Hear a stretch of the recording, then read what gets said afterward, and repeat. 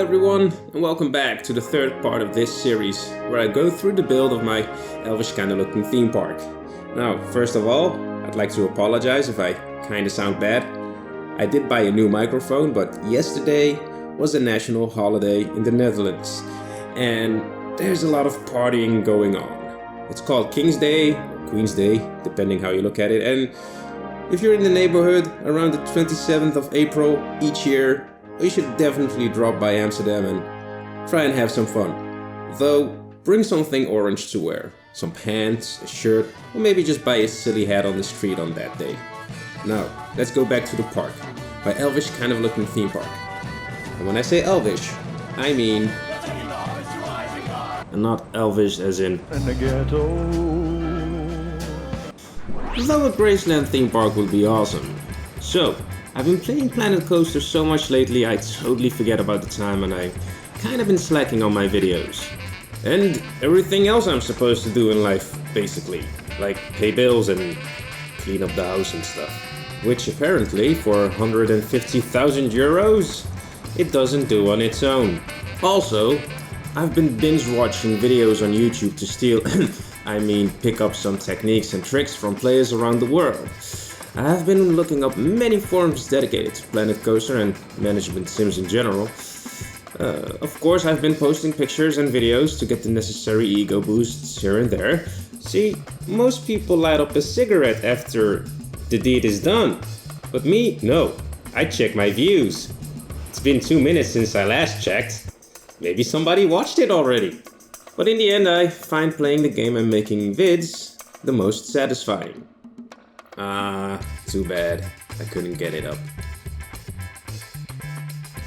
So, let's first notice this new wall I made as a separate building. I'm using my favorite scenery piece, rooftop molding flats, as it's called. That's way too long. I'm gonna start calling them the Johnnies. Yeah, Johnnies. Concrete Johnnies. So when I say Johnny, you know exactly what I mean from now on. If you have a better name, drop it in the comments. I started placing the walls with Johnnies against the building here in the back, but I only succeeded in making a big mess. So please ignore the mess you see here on the left, right there on the left, and try to focus on what I'm doing here on the right side of the entranceway. I'm gonna place the walls in a triangular fashion. So I kind of skipped ahead because I did it wrong a lot of times, so I'm trying to get some symmetry here, trying to get it just right because I'm, like I said, I'm a stickler for symmetry. So here you can see the double walls.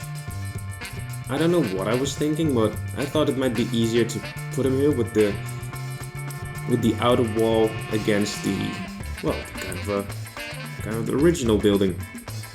So there you have this very ugly little point, as you can see. I couldn't get it perfect. I think I went with a, copy column and just place it right there. That takes care of the ugly corner. So I placed two. Didn't I place a little store right there? I think I did. But I think I went for completing the building first. So I just started dressing it up. Nothing too fancy, nothing very architect-like with all of the pieces inside and making new kinds of windows, and God, I envy those guys. I mean, seriously, some of these guys, the things they build, man, they're just incredible. So please bear in mind, right here, I still had no idea what I was going to do with the entire park. I was just building, I was just having fun, I was just creating, making things. And to me, this is just like a learning process, just trying to figure out what I can do with just this one piece of scenery. Of course, you can see I'm using more pieces, but you can't do everything with just one piece. Well, maybe some people can, but I can't. So, as you can see again, I'm framing, making a little simple setup there. Trying to find a really small one. Well, that's small enough, I guess. Place it. Good. So continuing with the dressing up. Putting some more Johnnies here and there.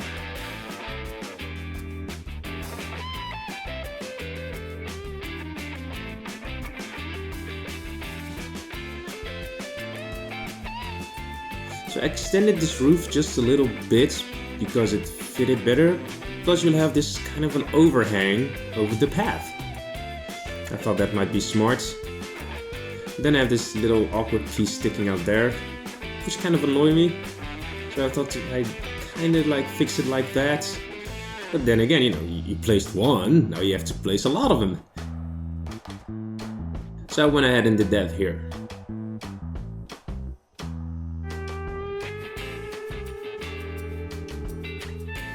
So sometimes you'll notice I'm quite forgetful. Instead of completing the entire building with the same balcony piece over there, I just started using different pieces. Oh no, I copied. I'm a smart boy. Unfortunately, you can't copy those things, these fountain pieces, into the building. That would be even more awesome if you could copy the ceiling. So I was looking at the bottom here, wasn't quite satisfied. I think I went with a. I went with Johnny's. Try to frame them. I do this with almost all interior buildings where there's a coaster going through it, or an attraction, or a queue line, or anything. I try to frame them up like this. Kind of makes the ceiling look a bit more interesting. And I think maybe this was the original intention of those Johnnies. Maybe that's what they were meant for. I don't know. Rooftop molding. No, they were meant for the top of the roof. Still, a ceiling is a top of a roof if you have a flat ceiling and a flat roof. So there was still a gap here. Filled it up with the fountain. So I noticed that I learned most from basically trying to fill up gaps and correcting mistakes. So I think I decided to put a building on top here. Kind of dress this up with two fountains, which people will probably not see. I couldn't place the Johnnies there, so I just placed them over there. I think I copied them over. And one of the unfortunate things, as you place more and more pieces to the same building, it becomes increasingly more difficult and more laggy to add more pieces to the building. So maybe they can fix that later. I mean, it's still an alpha, so I'm not complaining. It's just, you know, it sucks at times. With every click, you're afraid the game will crash. So I'm looking below there to see if the plants don't stick out.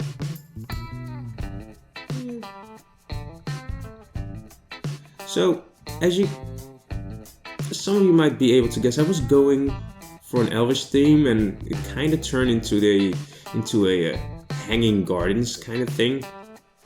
Yes, entire palm trees coming out of it. Oh, good, I deleted it.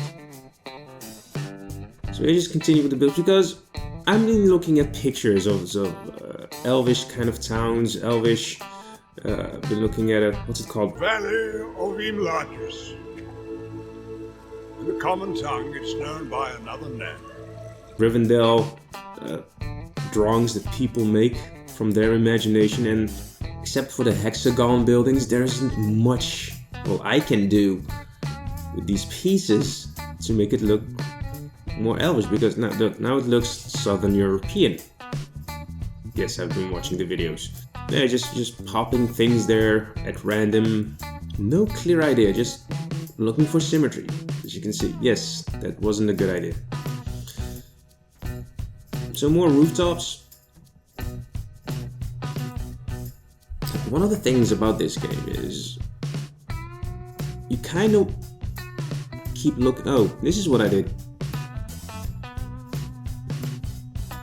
Yeah, this makes it look more like the rest of the building, it does. But then there's parts sticking out of the wall, which annoy me. And I know there's a million ways. Well, there's not a million ways, but there's a lot of ways to solve that. One of those ways is just removing things. So about here I realized I didn't want some of the roof pieces anymore.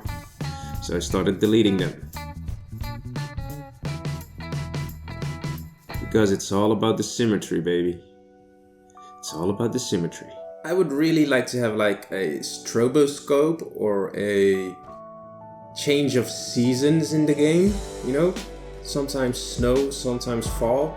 I think theme parks look good in snow. Or covered in snow. You know, nada Juan Snow. I'm funny.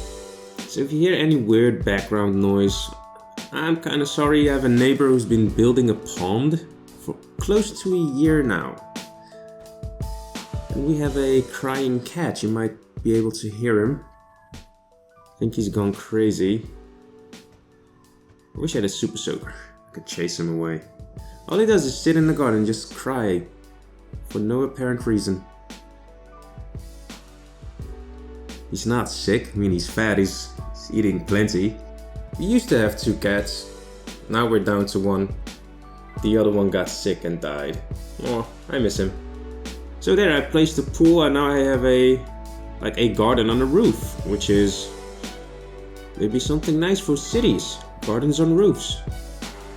Get some of that oxygen into the city.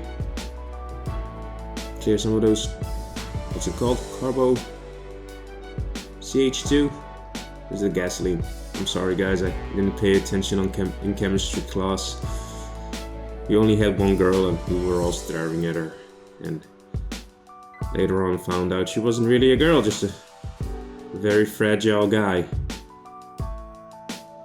Which made us all question our sexuality. Then again, we were in chemistry class. So you can see me now going off, just dressing up the walls, trying to make patterns that look like patterns I made earlier. There is no meaning. I know it looks like a peace sign, but there's no real meaning to the crosses I'm making, because the thing is, these with the 30 degrees offset I used, the 30 degree snap I used, I often find myself either making crosses or David stars. That's what they're called in English. In Dutch they're called David stars, which is a symbol for that's used a lot in Jewish religion. So my temple was kind of changing into either a church or something of the Jewish faith, and I was going for Elvish. So I've been experimenting a lot with techniques different people use, and I've been able to make to kind of make like signs or symbols of my own creation, which don't resemble anything of the Christian or Jewish faith. And the thing is, well, there's nothing moon-shaped, so Islam wouldn't get into it, or a swastika, but that would probably be a bad idea anyway. So that's basically it for this episode, guys. I hope to see you next time. Drop a comment, subscribe, and like this video if you like the video. Ta-ta, see ya.